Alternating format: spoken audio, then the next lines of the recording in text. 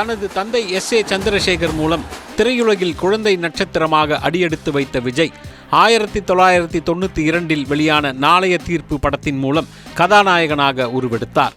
1996 இயக்குனர் விக்ரமனின் பூவே உனக்காக படம் விஜய்க்கு திருப்புமுனையை ஏற்படுத்தியது. இதன் பின்னர் திரையுலகில் கோலோச்சத் தொடங்கியவர் இன்று முன்னணி நட்சத்திரமாக ஜொலித்துக் கொண்டிருக்கிறார். இன்றைக்கு குழந்தைகள் முதல் பெரியவர்கள் வரை அனைத்து தரப்பினரையும் கவரும் நடிகராக திகழும் விஜய் கடந்த 2009ஆம் ஆண்டு புதுக்கோட்டையில் விஜய் மக்கள் இயக்கத்தை தொடங்கி தனது ரசிகர்களை ஒருங்கிணைத்தார்.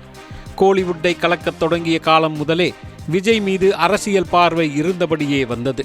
கடந்த அதிமுக ஆட்சியின் போது தலைவா என்னும் படத்தில் வைக்கப்பட்டிருந்த டைம் டு லீட் என்னும் வார்த்தை நீக்கப்பட்டதைத் தொடர்ந்து விஜயே தவிர்த்தாலும் அரசியல் ஆக்டோபஸ் கரங்கள் அவர் மீது படியத் தொடங்கியது.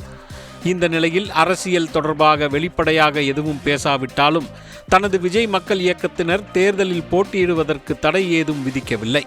2021 நடந்த உள்ளாட்சி மன்ற தேர்தலில் விஜய் மக்கள் இயக்கத்தினர் 115 இடங்களில் வெற்றி பெற்றதைத் தொடர்ந்து அவர்களை நேரில் வரவழைத்து பாராட்டு தெரிவித்தார். அப்போதே விஜய் அரசியலுக்கு வர ஆயத்தமாகிவிட்டார் என்று தமிழக அரசியல் களம் பரபரக்கத் தொடங்கியது. அதனை உறுதி செய்வது போல மறைமுகமாக பல்வேறு நடவடிக்கைகளிலும் ஈடுபட்டு வந்த விஜய் 2024 பிப்ரவரி மாதம் 2ஆம் தேதி தமிழக வெற்றிக் கழகம் என்னும் கட்சியை தொடங்கியதோடு தேர்தல் ஆணையத்திலும் பதிவு செய்ய விண்ணப்பித்ததும் பூனைக்குட்டி வெளியே வந்துவிட்டது என்று பரபரப்பானது. அதே நேரம் விஜயின் தமிழக வெற்றிக் கழகம் என்பது திராவிட கட்சிகளுக்கு மாற்றா என்பது பேசுபொருளாக திமுக, அதிமுக உள்ளிட்ட கட்சிகள் அதனை மறுக்கும் வகையில் தங்கள் கருத்துக்களை வெளிப்படுத்தி வந்தனர். கட்சி தொடங்கியாச்சு, கொடி எப்போது வெளியாகும் என்று அடுத்த கட்ட கேள்விகள் எழுந்த நிலையில் கடந்த சில மாதங்களாக அதற்கான வேலைகளில் தமிழக வெற்றிக் கழக நிர்வாகிகள் தீவிரம் காட்டி வந்த நிலையில் விஜயின் முடிவோடு கொடி தயாராகி அதன் அறிமுக விழா இனிதே அரங்கேறியுள்ளது. ஆவணி மாத சுபமுகூர்த்த நாளும் வாஸ்து நாளுமான ஆகஸ்ட் 22ஆம் தேதி சென்னை பனையூரில் உள்ள தமிழக வெற்றிக் கழகத்தின் தலைமை அலுவலகத்தில் கட்சியின் கொடி அறிமுக விழா நடைபெற்றது. விழாவுக்கு வந்த நடிகர் விஜய் அங்கிருந்த மேடை மீது ஏறாமல் அனைவரும் சமம் என்பதை குறிப்பிடுவது போல கட்சி நிர்வாகிகளுடன் சேர்ந்து பிளாஸ்டிக் சேரில் அமர்ந்திருந்தார்.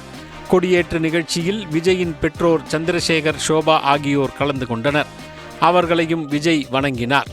ஆனால் விஜயின் மனைவி, மகன், மகள் யாரும் நிகழ்ச்சியில் பங்கேற்கவில்லை. தமிழ்த்தாய் வாழ்த்துடன் தொடங்கிய விழாவில் அடுத்ததாக உறுதிமொழி ஏற்பு நிகழ்ச்சி நடைபெற்றது. உறுதிமொழியை விஜய் வாசிக்க தொண்டர்களும் அதனை திரும்ப கூறி உறுதிமொழி ஏற்றுக்கொண்டனர். நமது நாட்டின் விடுதலைக்காகவும் நமது மக்களின் உரிமைகளுக்காகவும்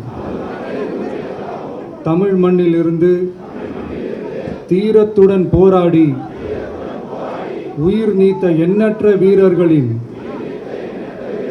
தியாகத்தை எப்போதும் போற்றுவேன்.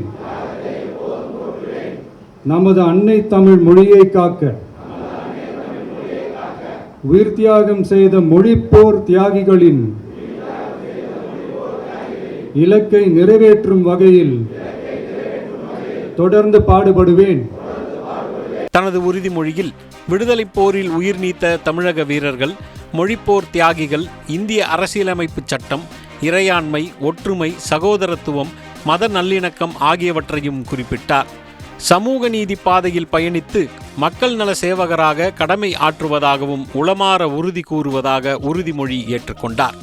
இதன் பின்னர் கட்சி கொடியை அறிமுகப்படுத்திய விஜய் வளாகத்தில் நிறுவப்பட்டிருந்த கொடிக்கம்பத்தின் கீழிருந்த கல்வெட்டை திறந்து வைத்து சரியாக 9:27 கட்சி கொடியினை ஏற்றி வைத்தார். தமிழக வெற்றிக் கழகத்தின் கொடி சிகப்பு, மஞ்சள், சிகப்பு நிறத்துடன் 2 போர் யானைகளுக்கு நடுவே வாகை மலரும், அதனைச் சுற்றி நட்சத்திரங்களும் இருப்பது போல வடிவமைக்கப்பட்டுள்ளது.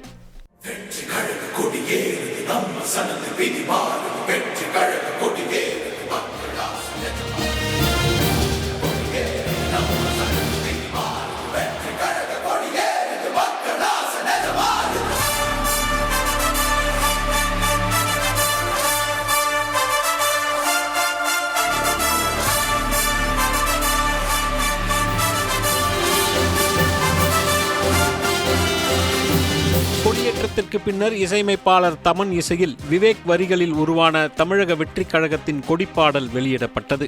போர்க்களத்தில் குதிரை வீரனின் பின்னால் வரும் இரு யானைகள் போரிட்டு வெற்றி வாகை சூடுவது போன்ற கிராபிக்ஸ் காட்சி அமைப்புகளும், தொடர்ந்து மக்கள் அனைவரும் தாவேகா கொடியுடன் விஜயை வரவேற்பது போன்றும் பாடலின் பின்னணி காட்சிகள் அமைக்கப்பட்டுள்ளன.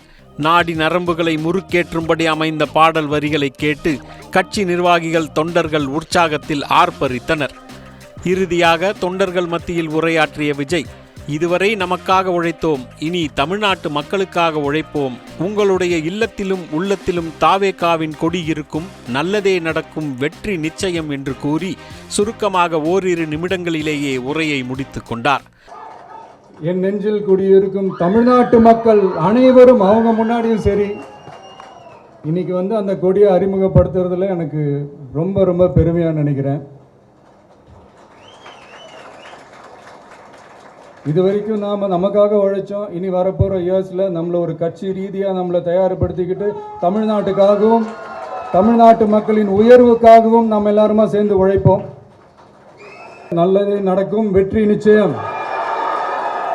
மீண்டும் சந்திக்கும் வரை நன்றி, வணக்கம். வழக்கமாக விஜய் மேடை ஏறினாலே குட்டி கதை, பஞ்ச் பேச்சு என சுவாரஸ்யமான பல விஷயங்கள் இருக்கும்.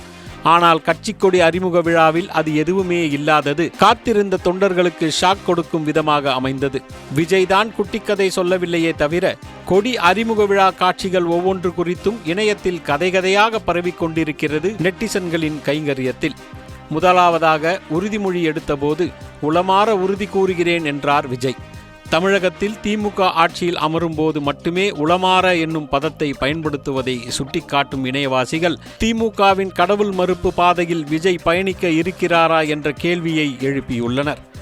அதே நேரம் தாவே கழகத்தின் கொடியை முற்றிலும் ஆன்மீகத்தோடு தொடர்பு படுத்தியும் பரப்புகிறார்கள் இணையவாசிகள். கொடியில் இடம்பெற்றுள்ள மஞ்சளும் சிவப்பும் குரு பகவான் மற்றும் செவ்வாய் பகவானுக்கு உகந்தது என்கிறார்கள். கொடியில் இடம்பெற்றுள்ள வாகை மலர் வெற்றியை குறிப்பதோடு நாகப்பட்டினத்திற்கு அருகில் இருக்கும் திருவாழப்புத்தூர் ரத்னபுரீஸ்வரர் ஆலயத்தின் தல விருட்சமாகவும் இருப்பதாக கூறுகிறார்கள். அதேபோல யானை உருவம் விநாயகரின் அவதாரம். கொடியில் உள்ள 28 நட்சத்திரங்களின் கூட்டுத்தொகை 1 என்பது சூரியனை குறிக்கிறது. எனவே குரு, செவ்வாய், சூரியன் என மூவரின் பார்வையும் பெற்ற கொடியாக உள்ளது என்று ஆன்மீக முடிச்சு போடுகின்றனர். இதேபோல கொடிப்பாடலில் வரக்கூடிய வரிகளும் காட்சிகளும் சமூக ஊடகங்களில் பேசுபொருளாகி உள்ளது. 3 எழுத்து மந்திரத்தை மீண்டும் காலம் ஒலிக்குது என்னும் வரி மூலம் அண்ணா, எம்ஜிஆர் போல் விஜய் என்பதும் 3 எழுத்து மந்திரமாக ஒலிக்கப்படும் என்று சுட்டிக்காட்டப்பட்டுள்ளது. நரம்பில் ஓடும் தமிழுணர்வை உருவி கொடியின் உரு கொடுத்தோம் என்னும் வரிகள் இனிமேல் தமிழர்களுக்கான கட்சி இதுதான் என்பதை கூறுவதாக அமைந்திருப்பதாகவும் பதிவிட்டு வருகிறார்கள். அது மட்டுமின்றி கூட்டத்தில் எதிர்பார்த்த அளவிற்கு விஜய் பேசாமல் போனது கோட் திரைப்பட ரிலீஸ் இருப்பதால் தான் என்று வரிசை கட்டுகின்றன வலைதள பதிவுகள்.